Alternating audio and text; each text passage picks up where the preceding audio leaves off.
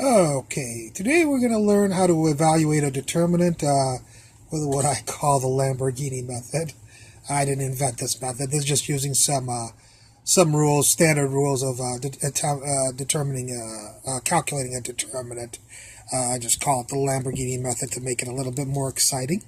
But I did not invent the rules that we're about to use right here. They're just standard determinant rules. Anyways, we have this determinant right here. That we'd like to evaluate. And we have a choice. Of course, we could just, a lot of people say, hey, I'm just going to type that up in the computer.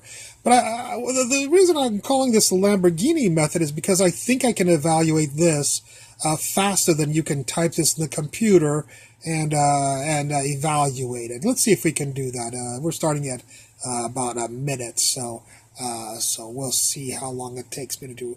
The first rule is, if you ever see any quantities in a column, these are columns, or a row, you can take it out. Now, you can't do a row and a column. You can't do a row and a column. You have to either choose rows or columns. So I see e to the t here, and I'm going to pull that out. And if we pull that out, it'll put it right there, the first guy. And in this column, I see e to the t also, and I'll pull him out right there. And here I see an e to the minus t in this column, and I can pull that out right there. And when you do that, this, of course, would become this. So that's how we factor. It's got to be in every single element in the column, whatever quantity you decide to take out. Okay, so if we take e to the minus t, you get this column. If you take e to the t out, you get this. And if you take e to the t out of this, you get this. The next thing we're going to do is subtract the second row from the first row. And so, of course, 1 minus 1 is 0. And t minus t plus 1 is equal to, actually, I'm sorry, we're gonna take the second row and subtract it, subtract the first row. So let's just do that. 1 minus 1 is 0. T plus 1 minus t is a 1, and a negative 1 minus 1 is equal to negative 2. So we can, if we subtract one row from another row, it doesn't change the determinant at all. The next thing we'll do is we'll subtract, we'll take the third row minus the first row and stick it into the third row. So 1 minus 1 is 0. T plus 2 minus t is 2. And 1 minus 1 is 0 right there. And so we get this becomes this, and nothing changes. By the way, e to the t times e to the minus t, of course, is just e to the t. So those three things became that one thing right there. Okay, and again, you can subtract an entire row from another row, and it will not, you don't have to compensate it for it at all. Okay? Now, what we'll do is we'll expand about this column right here, because there's a lot of zeros here. There's 2 zeros. And so I'll show you how to do that. This is e to the t right here. And if we expand along this column, we'll have, for this element, we'll have 1. There's signs underneath that live underneath every single determinant, and those signs look like this right here. So the sign that they always look like this. This is always the signs that live under every single determinant, whether they have minuses or plus or whatever. These are the signs that live in the basement. So who lives in the basement for Mr. 1? A plus. So that's why I put a plus here. That is multiplied. These are all multiplied, of course. E to the t times a plus times a 1. And once we do that, we'll have to evaluate. We cross this and this out because we're doing 1. So we'll cross this row out and this column. This column has 1 and this row has 1. We'll cross them out and we'll get just this right here. And we'll evaluate the determinant of this 2 by 2. If you don't know what that is, it's 1 times 0, 1 times 0, minus, always a minus, 2 times negative 2. 2 times negative 2. So it's one diagonal. If you ever do a 2 by 2 only, it's this diagonal minus, always a minus, this diagonal. So this times this minus this times this. That's how you can evaluate any 2 by 2 determinant.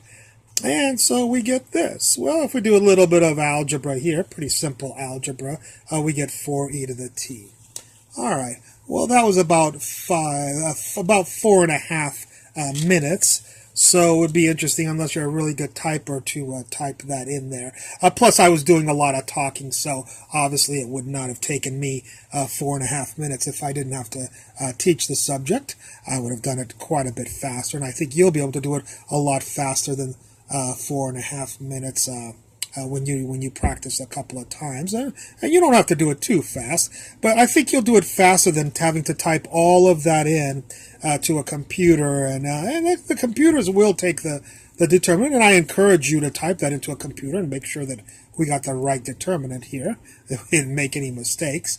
But of course you might make mistakes typing this into the computer. So there's many ways to make mistakes, and we just want to show you that sometimes a human being can be actually faster than a computer in calculating the determinant if he knows the rules of determinants.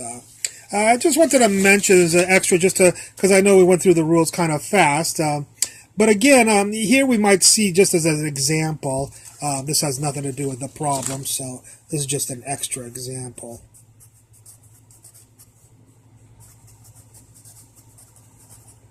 But I just wanted to explain again where you can take numbers out. We see that 3 is in here, 3 is in here, and 3 is in here. So you could take a 3 out of that column. That would be fine. But we don't see anything common here. There's no numbers in this, and there's no numbers in this. So that would be it. You just have a 3 here. And here you'd have a 1 and a 4 and a 6. That would change to a 1, 4, 6. Or you could take the 3 out of here, here, and here. So you could put a 3 outside and change this to a 1, a 2, and a 3. You know, so you have two choices. Either do 3 and end up with 1, 4, and 6, or you could do a 3 and end up with a 1, a 2, and a 3. What I didn't want you to think is that you could do a 3, take a 3 out of here and a 3 out of there. You cannot do that. If you do a row, you can only pull out rows from then on. You know, and if you pull out a 3 from the column, you can only pull any numbers that are common in columns. But you cannot take a 3 out of here and a 3 out of here and get a 1, 4, 6 here and a 1, 2, 3 there. That would be, of course, totally illegal. Okay?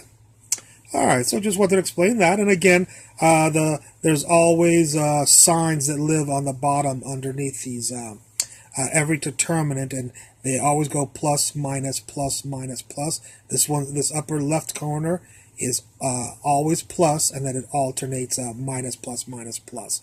So the person who's living in the sign that's living in the basement here is plus, but if we would have done the 0 here, the person living under the 0 would have been a minus. So we would have had to put a minus there and a 0 here, and then a 0 there.